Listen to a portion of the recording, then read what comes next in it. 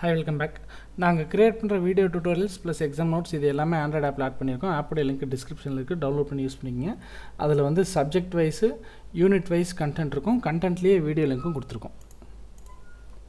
Structure of C program. So C ப்ரோக்ராமுடைய just starting point, ஒரு C program வந்து structure எப்படி இருக்கும் அப்படிங்கிறத பற்றி தான் இந்த வீடியோ. ஸோ இதில் என்ன சொல்கிறாங்க, C program follows a specific structure that makes it easy to understand, compile and execute. So இதெல்லாம் ஜஸ்ட் இன்ட்ரடக்ஷன்.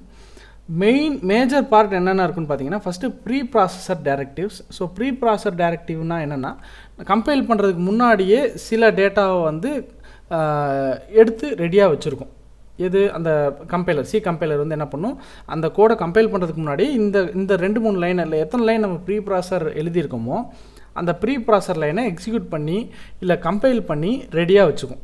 அடுத்தது குளோபல் டிக்ளரேஷன். குளோபல் டிக்ளரேஷனுங்கிறது வந்து அந்த ப்ரோக்ராமில் வந்து எந்த இடத்துல வேணாலும் இந்த குளோபல் வேரியபிளை ஆக்சஸ் பண்ண முடியும். இந்த இடத்துல ஒரு வேரியபிள் நம்ம டிக்ளேர் பண்ணோம்னா அந்த ப்ரோக்ராமில் எங்கே வேணாலும் ஆக்சஸ் பண்ண முடியும். அந்த மாதிரி டிக்ளரேஷன் அடுத்தது வரும். டிக்ளரேஷன் இருக்கலாம், இல்லாமல் இருக்கலாம். அடுத்தது main function. So program compile பண்ண ஸ்டார்ட் ஆகும்போது இந்த லைனில் இருந்தால் ஸ்டார்ட் ஆகும். அடுத்தது யூசர் டிஃபைன் ஃபங்க்ஷன். நம்ம ஏதாவது ஃபங்க்ஷன்ஸ் தேவைன்னா நம்ம க்ரியேட் பண்ணி வச்சுக்குவோம். ஸோ இதை வந்து இன்னும் டீட்டெயிலாக பார்ப்போம். So first pre processor directives. So pre processor டைரக்டிவ்ஸ்னாலே இந்த ஹேஷ் அப்படிங்கிற கேரக்டரில் தான் ஸ்டார்ட் ஆகும். அப்படி வந்துச்சுனாலே அது ப்ரீ ப்ராசஸர் டைரக்டிவ்ஸ்னு சொல்லுவாங்க, ஆர் மேக்ரோஸ்னு கூட சொல்லுவாங்க. ஸோ இந்த ப்ரீ ப்ராசஸர் டைரக்டிவோடைய வேலையே என்னென்னா, இந்த கம்பைலேஷன் ஸ்டார்ட் பண்ணுறதுக்கு முன்னாடி இதோட வேலையை முடிச்சு வச்சுக்கும். சிம்பிளாக சொன்னால், இப்போ for example hash define PI 3.14 கொடுத்தோன்னா கம்பைலேஷன் ஸ்டார்ட் பண்ணுறதுக்கு முன்னாடியே, அதாவது ப்ரோக்ராம் வந்து எக்ஸிக்யூட் பண்ணுறதுக்கு முன்னாடியே PIயோடைய வேல்யூ 3.14 எழுதி வச்சுக்கும். அதே மாதிரி ஹேஷ் இன்க்ளூட் stdio.hங்கிறது வந்து ஒன்றும் இல்லை. இந்த stdio.hங்கிறது வந்து ஒரு ஹெடர் ஃபைல்.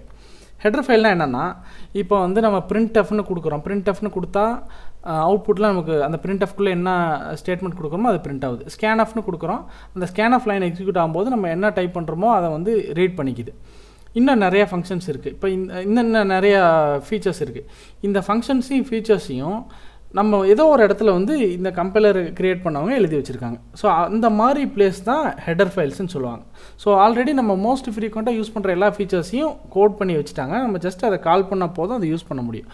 அப்படி ஒரு ஹெடர் ஃபைல் தான் stdio.h, standard input output header file. So hash include stdio.h அப்படின்னா, இந்த stdio.h அப்படிங்கிற ஹெடர் ஃபைலை நம்ம வந்து இந்த ப்ரோக்ராமில் யூஸ் பண்ண போகிறோன்னு அர்த்தம். அப்போ என்ன ஆகும், கம்பைலேஷன் ஸ்டார்ட் பண்ணுறதுக்கு முன்னாடியே stdio.h ஹெடர் ஃபைலோட கோடை வந்து இந்த கோடோட ஒரு காப்பி எடுத்து மெர்ஜ் பண்ணி ரெடியாக வச்சுக்கும், ரன் பண்ணுறதுக்கு ரெடியாக. அடுத்து டிஃபைனுக்கு நான் சொல்லிட்டேன். இதுதான் ப்ரீ ப்ராசஸர் டைரக்டிவ். அடுத்தது global declaration.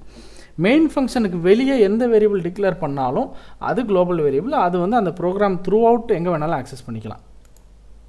So main function. So இந்த இடத்துல தான் ப்ரோக்ராம் எக்ஸிக்யூஷன் ஆக்சுவலாக ஸ்டார்ட் ஆகுது, கம்பைலேஷன் முடிஞ்சு எக்ஸிக்யூட் ஆகும்போது. ஸோ ஒவ்வொரு இந்த மெயின் ஃபங்க்ஷனுக்குள்ளே என்னென்ன ஒவ்வொரு லைன் இருக்கோ அது எல்லாமே 1 by 1 எக்ஸிக்யூட் ஆக ஆரம்பிக்கும். அடுத்தது ஃபைனலாக ரிட்டர்ன் 0ன்னு கொடுக்குறோம்.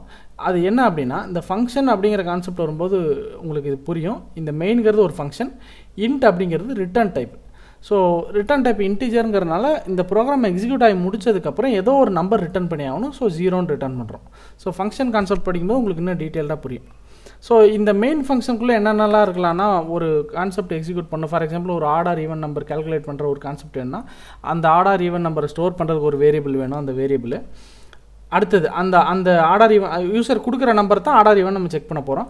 ஸோ அந்த யூசர் கொடுக்குற இன்புட்டை வாங்குறதுக்கு ஒரு ஸ்டேட்மெண்ட்டு, அவுட்புட் பிரிண்ட் பண்ணுறதுக்கு ஒரு ஸ்டேட்மெண்ட்டு, அப்புறம் வந்து லாஜிக்கல் கம்ப்யூட்டேஷன், அந்த கொடுத்த வேல்யூ ஈவனாக ஆடான்னு கண்டுபிடிக்கிறதுக்கு ஒரு கோடு எழுதுவோம். அப்புறம் ஃபைனலாக ரிட்டர்ன் 0. ஸோ இதுதான் மெயின் ஃபங்க்ஷனுக்கு உண்டான பாசிபிள் ஸ்டெப்ஸ். அடுத்தது user defined functions. User defined ஃபங்க்ஷன்ஸ்னு ஒன்றும் இல்லை, எக்ஸிஸ்டிங் ஃபங்க்ஷன் மட்டும் தான் யூஸ் பண்ணணும். இல்லை, இப்போ எனக்கு வந்து அடிக்கடி நான் வந்து கரெக்டாக 5 நம்பரை ஆட் பண்ணணும். அடிக்கடி இந்த வேலை என்னோடய கோடில் இருக்குது அப்படின்னா, நான் ஒரு ஃபங்க்ஷனாக எழுதி வச்சுருவேன். 5 நம்பரை வாங்கிக்கும், 5 நம்பரை ஆட் பண்ணி டோட்டல் என்னன்னு எனக்கு சொல்லிடும். எக்ஸாம்பிளுக்காக சொல்கிறேன். ஸோ இந்த வேலையை நான் ப்ரோக்ராமில் அடிக்கடி செய்யணும் அப்படின்னா, நான் ஃபங்க்ஷனை எழுதி வச்சுக்கிட்டு எப்போல்லாம் தேவையோ அந்த 5 நம்பர் அந்த ஃபங்க்ஷனுக்கு அனுப்பிச்சி விட்ருவேன். ஃபங்க்ஷன் கால்குலேட் பண்ணி எனக்கு சொல்லிடும். இதுதான் யூசர் டிஃபைன்ட் ஃபங்க்ஷன்ஸ். ஸோ அது வந்து நமக்கு தேவைன்னா நம்ம எழுதிக்குவோம். மெயின் ஃபங்க்ஷனில் வந்து கால் பண்ணிக்கும். இந்த மாதிரி ஒரு ஃபங்க்ஷன் எழுதிட்டு வாய்ட் டிஸ்பிளே மெசேஜ் ஆஃப் உள்ளுக்குள்ளே ஒரு லைனு. அப்புறம் மெயின் ஃபங்க்ஷன்லேருந்து எக்ஸிக்யூஷன் ஸ்டார்ட் ஆகுது. இதை கால் பண்ணால் நமக்கு வந்து அந்த இந்த ஃபங்க்ஷன் காலை எக்ஸிக்யூட் ஆகும். ஸோ இது யூசர் டிஃபைன் ஃபங்க்ஷன். ஸோ இப்போ ஒரு சி ப்ரோக்ராமோட ஒவ்வொரு பார்ட்டையும் பார்த்துட்டோம். இது எல்லாத்தையும் கம்பைன் பண்ணி ஒரு என்டையர் ப்ரோக்ராமாக பார்ப்போம். ஸோ இதுதான் ப்ரீ ப்ராசஸ் டைரக்டிவ் ஆல்ரெடி சொன்ன மாதிரி இது குளோபல் டிக்ளரேஷன். ஏன் அப்படின்னா மெயின் ஃபங்க்ஷன் இருக்குது, மெயின் ஃபங்க்ஷனுக்கு வெளியே இன்டிஜர் டிக்ளேர் பண்ணுறோம். அடுத்தது இது யூசர் டிஃபைன் ஃபங்க்ஷன். இந்த ஃபங்க்ஷனை கால் பண்ணால் அவுட்புட்டில் ஹலோ ஃப்ரம் ஃபங்க்ஷன் ஒரு அவுட்புட் வரும் நமக்கு. அடுத்தது இந்த இதுக்குள்ளே என்ன பண்ணுறோம், இன்ட் a = 10, ஏவோட வேல்யூ 10ன்னு வச்சுக்கிட்டோம். printf value of a %d. %d அப்படின்னா இன்டிஜர். ஸோ அது வந்து இன்டிஜர் டேட்டா டைப்ஸ் டாபிக் பார்க்கும்போது டீட்டெயிலாக நம்ம அண்டர்ஸ்டாண்ட் பண்ணிக்குவோம். %d/ என்ன %dங்கிறது இன்டிஜர். அந்த இன்டிஜரில் என்ன வரணும்னா ஏங்கிற வேல்யூ வரணும் அப்படின்னு நம்ம போட்டோம். ஃபைனலாக ஏவோட வேல்யூ பிரிண்ட் ஆயிரும். அப்புறம் greet அப்படின்னு சொல்லி ஒரு ஃபங்க்ஷன் இருக்குது, அந்த ஃபங்க்ஷனை கால் பண்ணுறோம். அது அங்கே போய் printfல இருக்கிறதையும் பிரிண்ட் பண்ணிடும். ஸோ இதுதான் பேசிக் ஒரு structure of a C program. இப்படி தான் இருக்கும்.